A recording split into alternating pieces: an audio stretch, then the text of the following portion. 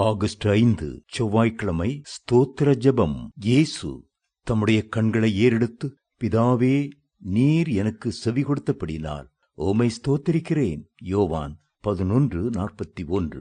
ஆராதனைக்குரிய நேரமும் உண்டு, துதிக்குரிய நேரமும் உண்டு, ஸ்தோத்திரத்திற்குரிய நேரமும் உண்டு.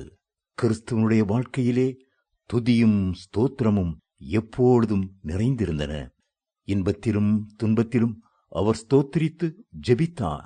விசேஷமாக தன்னுடைய சிநேகிதனாகிய லாசரு மரித்தபோது கல்லறை அண்டை நின்று, பிதாவே, நீர் எனக்கு செவி கொடுத்தபடினால் உம்மை ஸ்தோத்திரிக்கிறேன் என்று துதித்தார். யோவான் 11:41. ஸ்தோத்திரம் என்னும் சொல் நன்றியின் உணர்வை காண்பிக்கிறது. கர்த்தர் செய்த எல்லா நன்மைகளையும் எண்ணி களி கூறுவதை குறித்து ஸ்தோத்திர பலி செலுத்துகிறவனை கர்த்தருடைய பிரசன்னம் சூழ்ந்து கொள்ளும்.